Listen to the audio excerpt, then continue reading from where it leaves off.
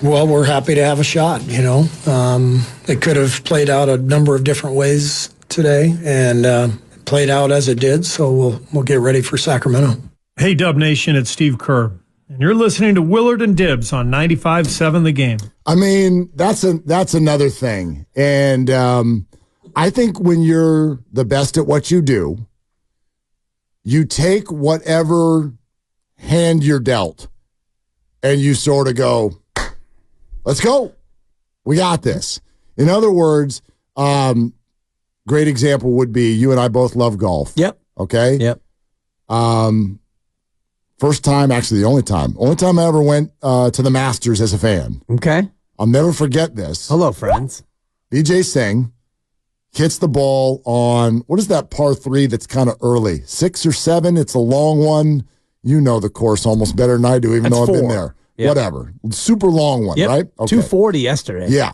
So he hits it high right, and it goes into the bushes. Oh, no. All right? No. That's not good. No. And he goes over there, and out of the leaves, and pops out, and anyway, he made a double or a triple bogey. Yep. And then he goes to the next hole, and who I was watching with goes, "Did you see that?" And I go, "What?" And he goes, "That dude just made triple bogey at the Masters, and then he pulled out a banana." Right. And I was like, it's actually a really interesting point. Potassium. Well, important. sure. Yeah, you got to replenish, Dibs. Always. But that's what the best do. They're like, this is what I was dealt with. I got this. And then whatever the result of that is, whoop, anthill. We're going to get, here we go. Next hole. Let's go do this. I wonder that about these Golden State Warriors.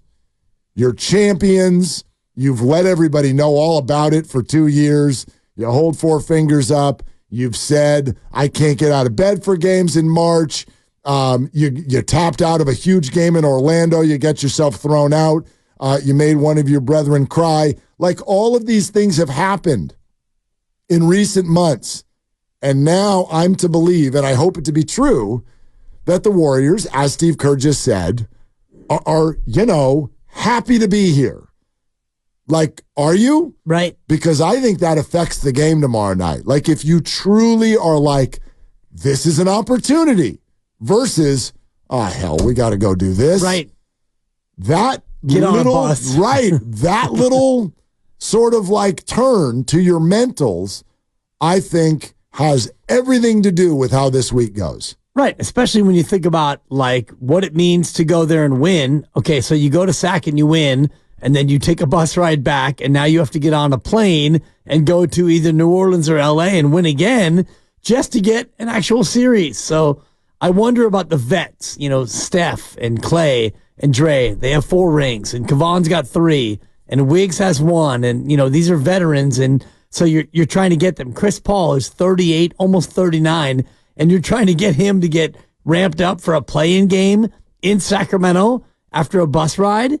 It's hard to think about like the big mountain that you would have to climb to actually get where you want to get. How do you feel about it? Like, I wonder. I feel good. Warrior fan, is tomorrow night fun? Is it an opportunity?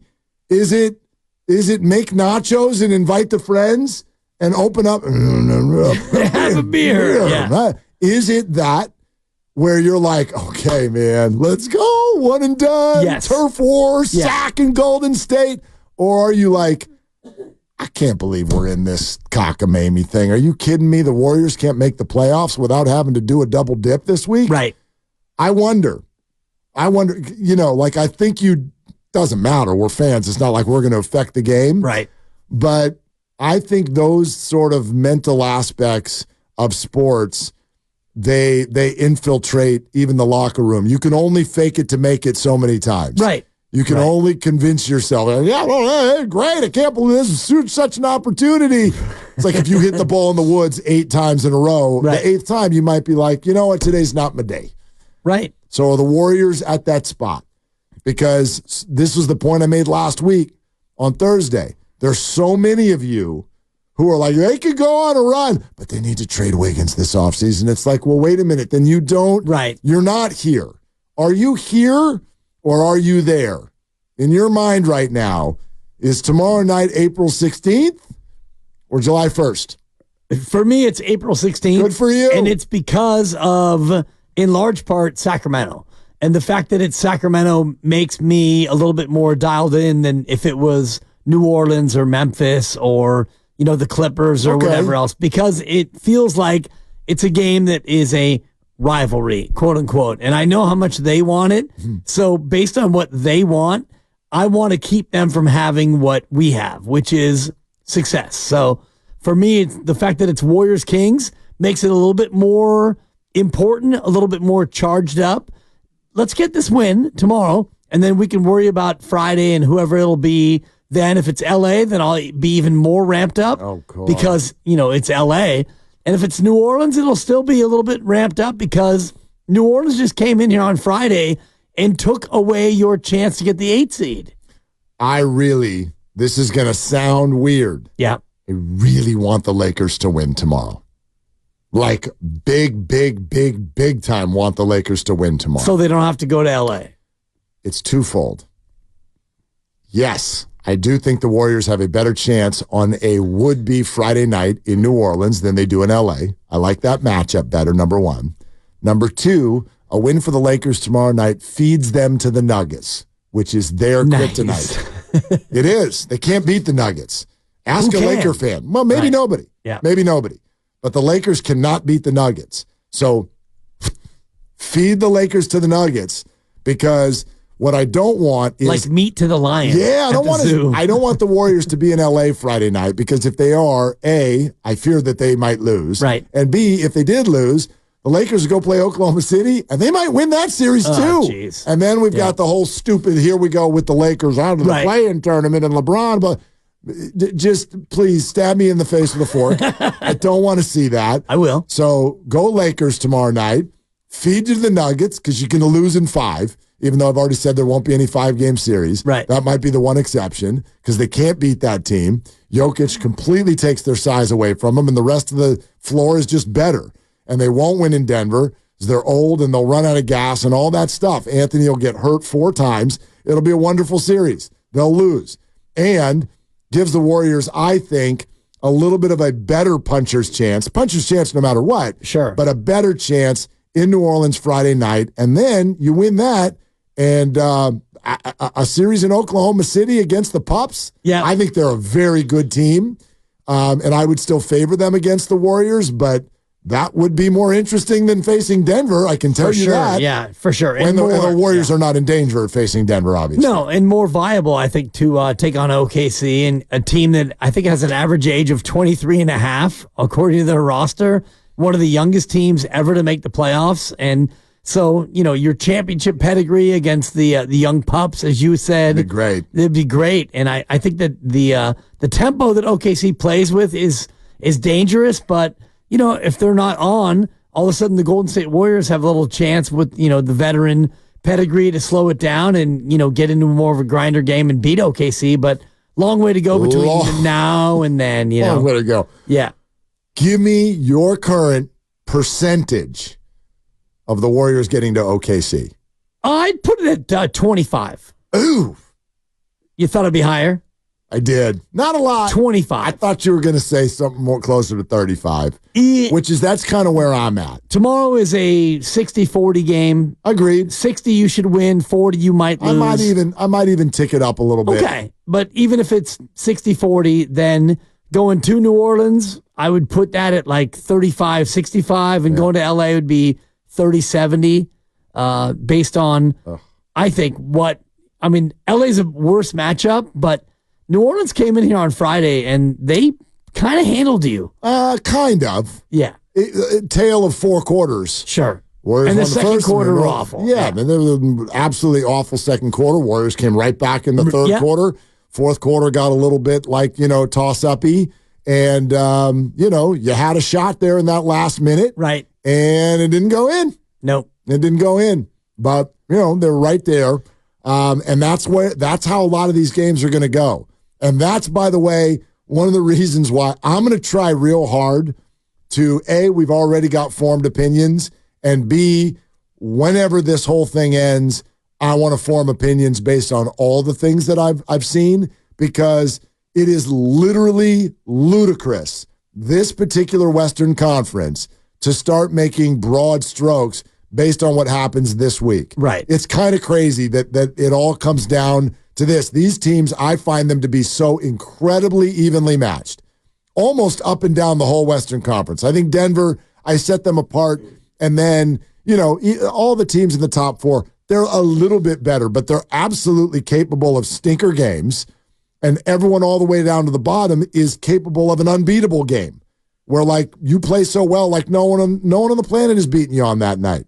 They're all capable, and so the fact that now you get these games where it's like, you lose, right? You go home is crazy because it's like, I have no idea what the hell's going to happen when these teams all get together. Yeah. Yeah, and the Warriors have to have 2 of those games where they're unbelievable, or at least very good. Yeah, tomorrow they're going to be very good. Right, be very good, and then you get to Friday, and then maybe you have to be very good, or maybe you have to be unbelievable, and then you get into a 7-game with OKC, and you'd have to be, very good 4 times, or at least better than them 4 times. Although I'll add, like, tomorrow night is also intriguing with that first game to watch. Like, this is going to sound ridiculous, but who comes out of it healthy? There's nothing but players made of glass in that game. Anthony Davis, I will shock you with this if you haven't looked it up. Okay. Do you know how many games he played this year? Like 75? Is that the number? Look at the big brains on Dan. I just ballparked it. Good Lord, that's I know exactly he played right. a ton. It's exactly right, Yeah. and it ties his career high. Oh, geez. But you would have thought with the number of times he's gotten hurt that he had played 8 games this year. Right. And he was on the ground at the end of yesterday's game. Of course he was. And limped off and couldn't walk. And they're like, but he's going to play Tuesday. I'm like, Are you sure? And then LeBron is almost 40 years old. Brandon Ingram just came back from injury. And their other star is Zion. Like, I don't know who the hell is going to play on Friday. Right. Whoever comes out of that game, anything could happen. Well, and Zion's played, I think, 68. And a lot of that was because they didn't want him to play back-to-backs early in the year. But he's played more games than ever before. So he's been healthy, and AD's been, like, really healthy, other than the fact that he seems to go out every other game after he plays. He gets hurt, finger in the eye, or, Dude, whatever it is. He's such a Paul Pierce. Totally. He's like, I'm in a wheelchair, but I'll play in an hour. It's not untrue about the Warriors either, though. Chris Paul's postseason resume is what it is. Oh, boy. Knock on wood. You know what I mean? Draymond's back. Yep. Steph and Clay. GP2 with the calf. GP2. Won't play this week. GP2 staying healthy has been a problem. All right, Jonathan in the city next up on Willard and Dibs. Hey, Jonathan, what's cooking? Hey, nothing right now, but excited, super excited about tomorrow and the possibility of getting in a playoff and getting out of the play-in. Whatever happens, and I'm going to be happy either way because here's a guy coming from the Joe Smith, Daniel Marshall, Antoine Jameson, a big three back in the day. And one thing before I go, I just want to say, man, in my book, Draymond Green gets a passing perpetuity unless he does something very criminal, because you know why? Imagine if Draymond Green ever happened, we might be talking about getting the Splash Brothers their first ring ever. Well, I'm kind of with you, Jonathan. Thank you very much. I'm kind of with you where I have a full understanding for why people, Dibs like you, are done. I get it. I don't personally, I don't get to a spot emotionally where it bothers me in that way, but I fully understand how many of you it does. Yeah. And whether it's compartmentalizing or whether it's giving people a pass that you shouldn't, is it being weak? The Warriors not punishing him. I don't know what you want to call it, but I do whittle it down in the end to a couple of things. I will still, until it's not true, I will firmly believe the Warriors are a better team with him than without him. And that's pretty much enough for me, unless you're like some sort of crook. Are you hitting your wife? No. Are you, no, you know what no, I mean? No. Yeah. We're talking about somebody who emotionally loses control on a basketball court. And for me, that's not like a moral death blow.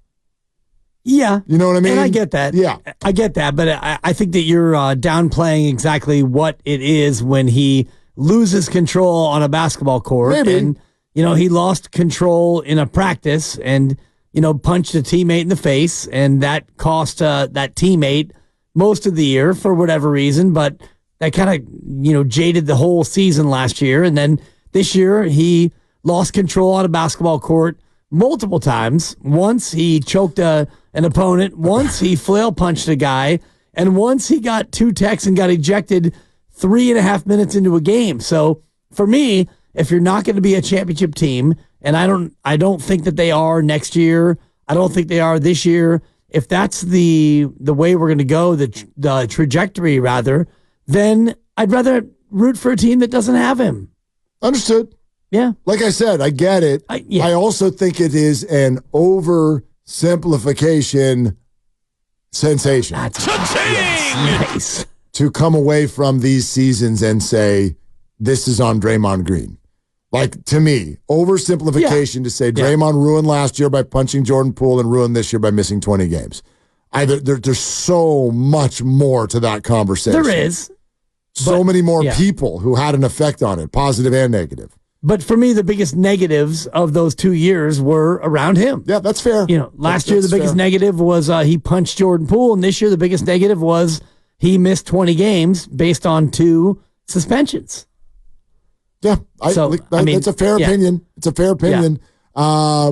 Let's go to John in Richmond. Hey, John, what's up? You're with Willard and Dibs. Hey, thanks for taking my call, guys. I just want to say the Warriors, when their three-pointers is going, they're very electric, but nothing is more deflating when they're turning the ball over. And I think, everybody has lost a step this year, including Steve Kerr, the head coach. Where he doesn't call out the team quite enough, when, like, some of the passes, Steph Curry's got almost 3,000 career turnovers. They're just as deflating. And it seems like sometimes he's just playing with too much house money. Whoop. Where'd he go? Hunger is not there. Why did you turn yell? Sorry, John, you got clicked off. Lucas has got fat. That was like when somebody, he needed to get auto-corrected on his text. He just hit like 4 letters at once. Go. What was your point again about Steve Kerr's got too much house money? No, I was just saying that the coaching staff has not called out the teams. Some of the passes that Curry's thrown, like in the game against New Orleans, it's King Kong on a ladder couldn't have caught that. Can I be devil's advocate, John? Can I be devil's advocate and ask you a question? What would it do for the Warriors if the coaching staff called Steph Curry out more? He needs to. Every time the reporter or the media guys ask him, he says, "Well, they've been carrying us for 15 years." It's just the hunger is not there. He's still in his prime, but some of these passes, he's got almost 3,000 career turnovers. It's so deflating. Nothing is more deflating as a Warrior fan when they turn the ball over. They're very electric. The key to success is getting shots up. When they put more shots up than the team, then their opponent, they're almost unbeatable. But, John, what would it do if he called him out? That's what I'm asking you. Like, I'm not even disagreeing with you. For me, here we go again with it's Steve Kerr's fault because people are throwing bad passes. That's Steph bleeping Curry we're talking about. And by the way, the Warriors have always turned the ball over a ton. And it didn't bother us when they were winning championships. Now it's suddenly a problem and you'd like them called out publicly. What would that do for the Warriors? Winning championships, they were having far too less games or a few games, where they were, losing on the turnover battle. It seems like the last 2 seasons, the Achilles heel for this team is not rebounding, not defense, which everybody says they need size. That's not true. This, turning the ball over just kills the momentum. That's what the Warriors' bread and butter is, to move up and down but not do silly passes. Yeah, John, I hear you. You're having a hard time getting to an answer to my question. Right. Yeah, you can yell about turnovers all you want. They actually led the league in turnovers the year that they won the title 2 years ago. Right. So my question is, what's it going to do positively for the Warriors if you start calling superstars out publicly? I'm sorry, that's not the way you handle adults. It's just not. It's just not. That's not a good leadership quality at all. Turnovers are lower than they were during the championship years. There you go. So it's just, I understand how frustrating it is, but that's not what's holding them back. What's holding them back is that the other parts of their game are not as devastating as they were 2 years ago to cover up for the turnovers. Right. They've never not been this in terms of turnovers. Right. And if you look at Steph Curry's career, he's been between 3.0 and 2.8 turnovers every single year. And this year he's at 2.8, which is the lowest since 2020.